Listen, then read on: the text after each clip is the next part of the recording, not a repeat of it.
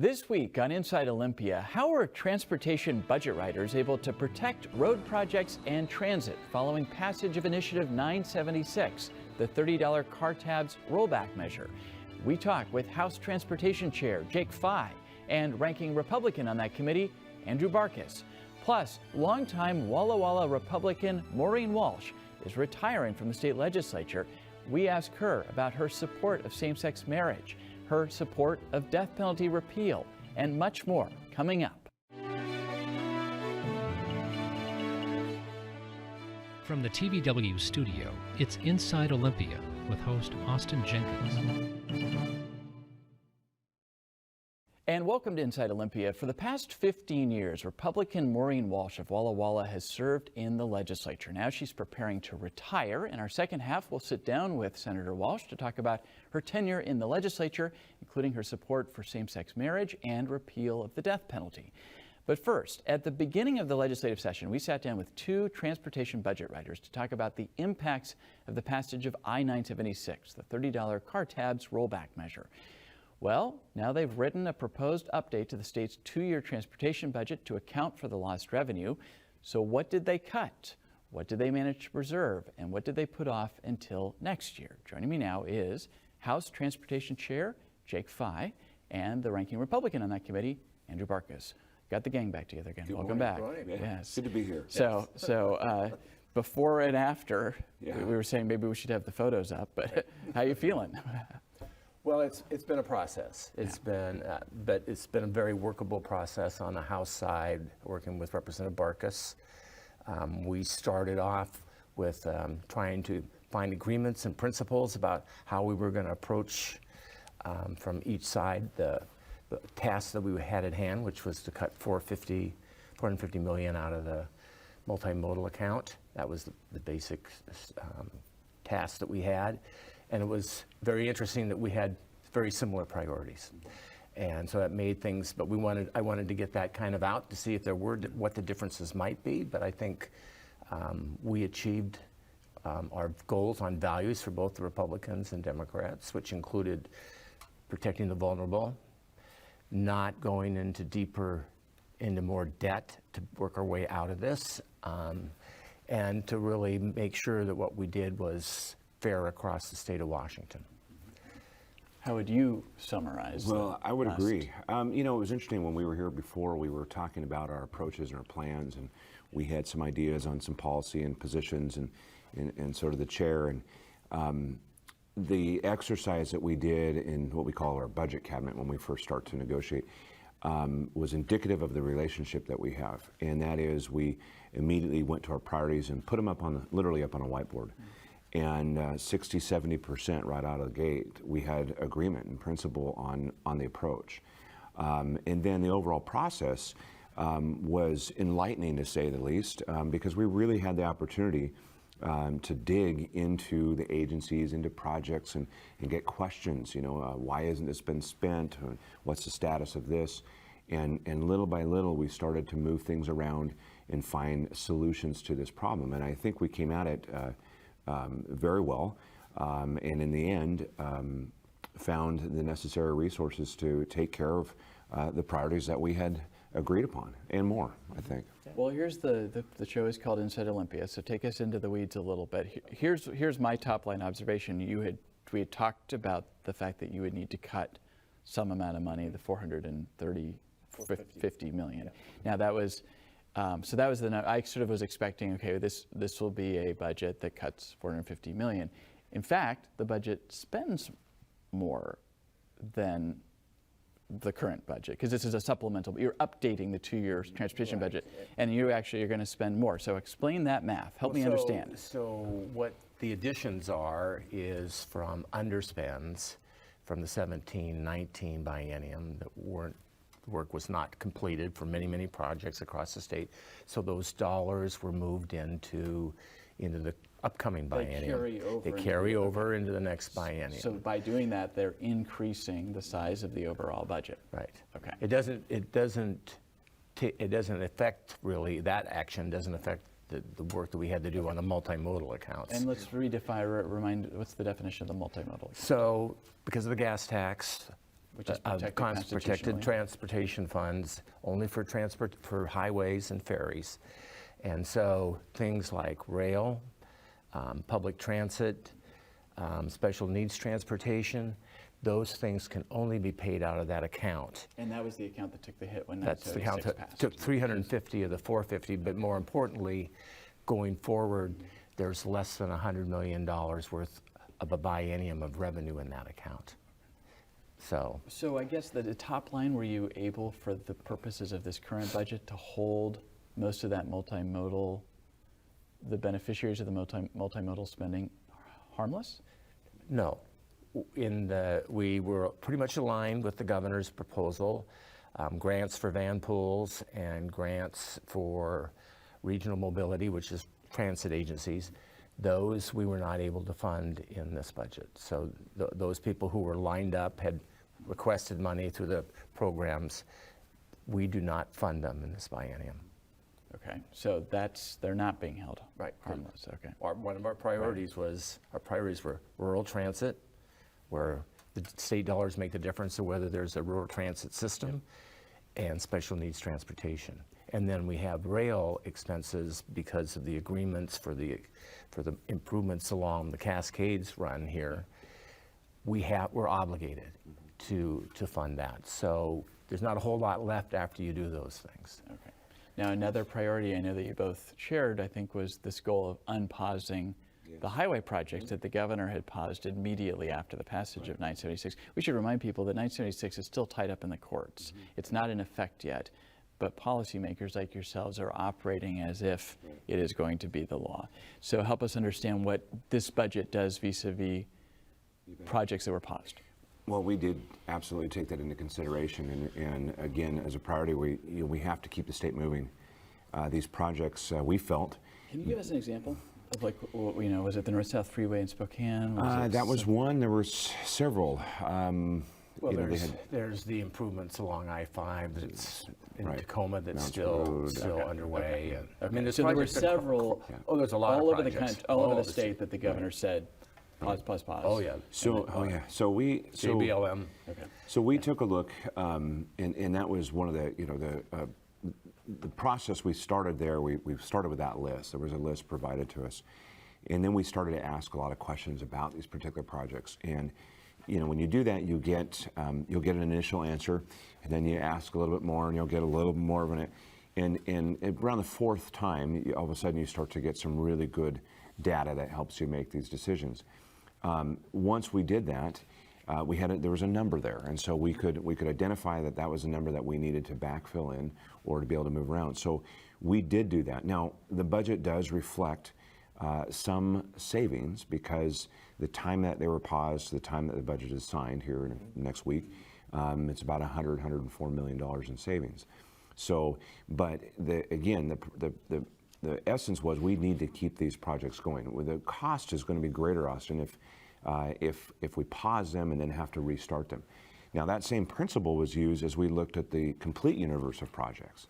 So we had that same methodology as we went literally line by line by line and started to ask the questions. Is this ready?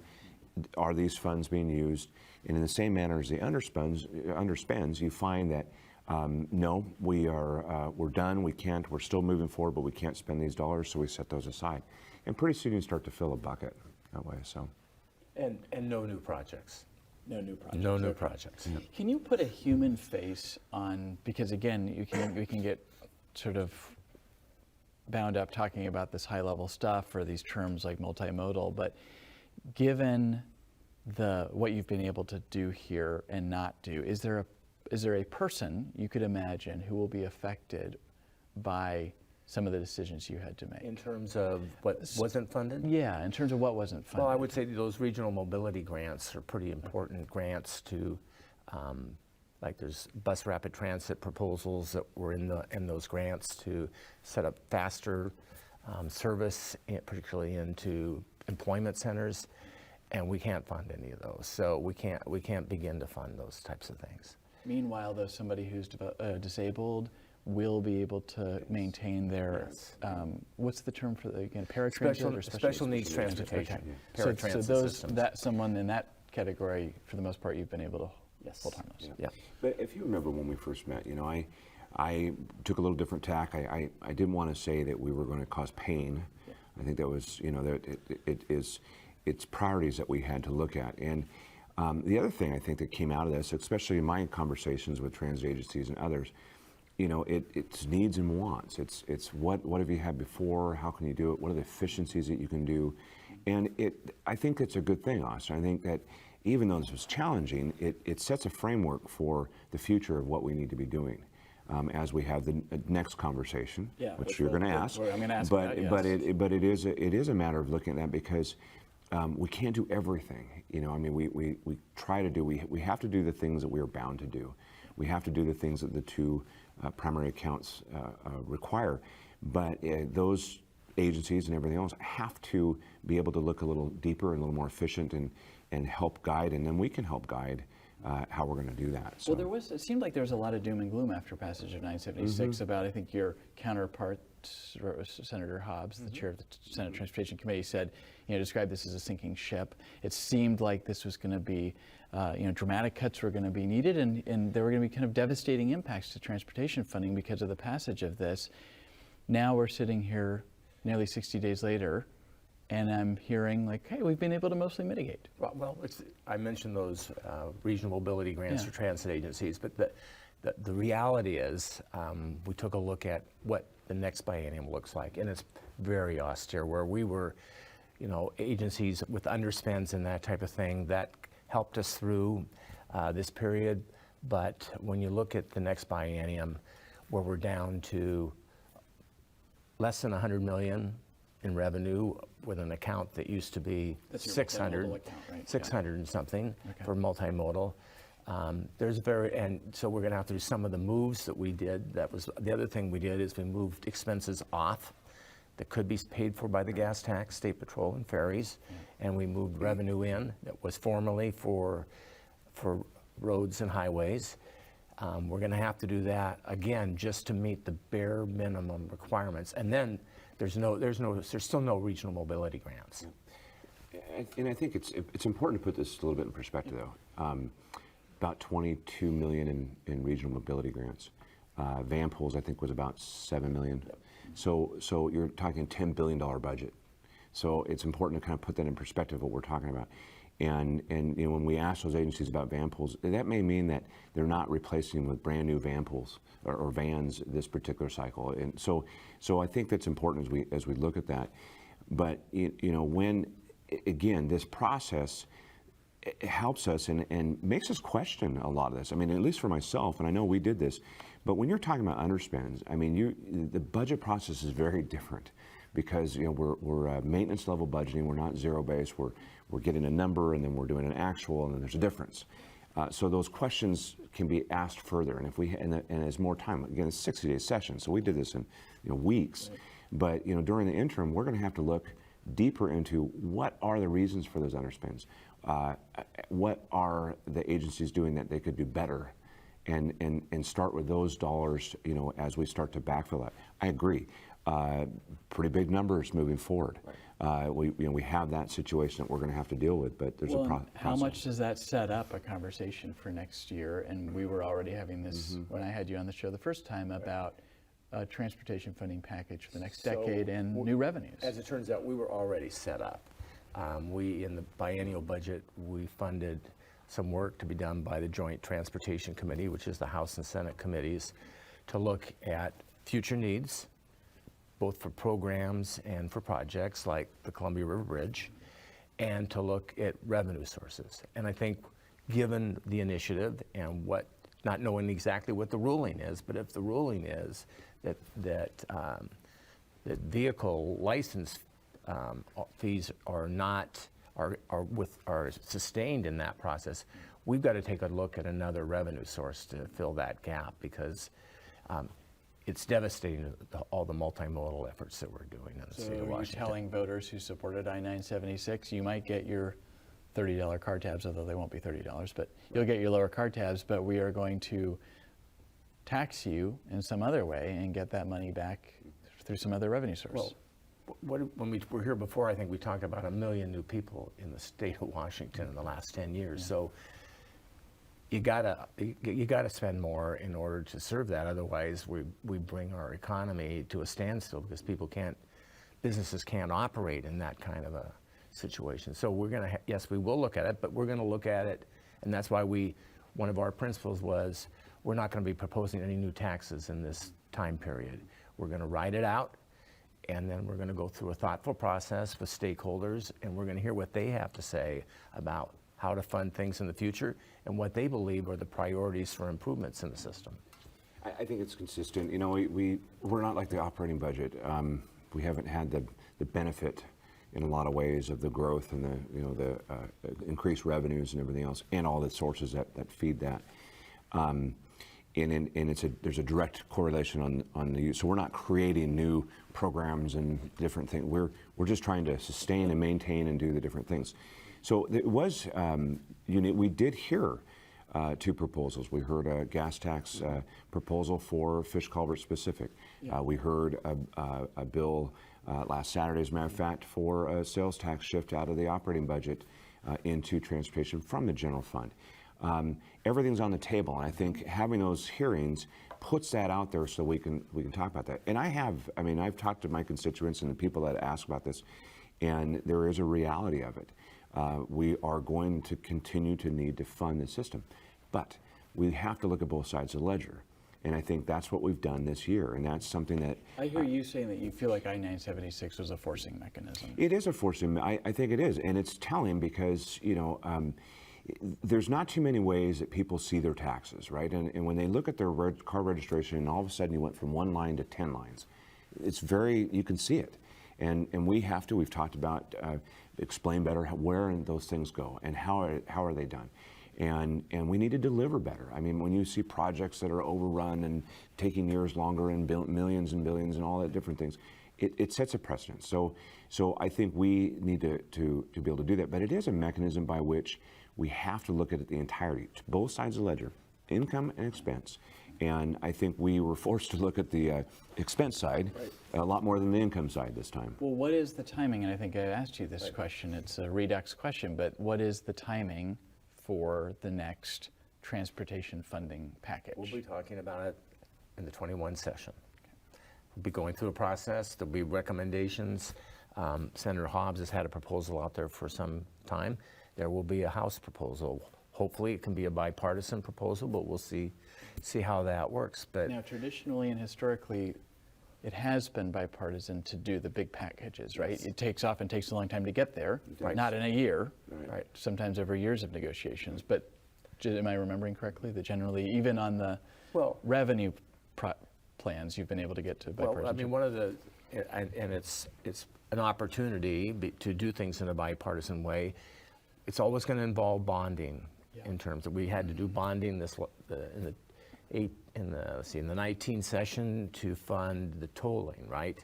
So we could advance tolling. So that takes a 60% majority in both the House and Senate. So by definition, it becomes a bipartisan effort. And we were able to do that, as well as fund an additional ferry in the 19 session. So that's where I'm coming from, because we just, transportation is I think a bipartisan topic, and because it's consistent with both Democratic and Republican values. Steve Hobbs wants, I think, has a gas tax proposal, but he also has a carbon pricing mechanism.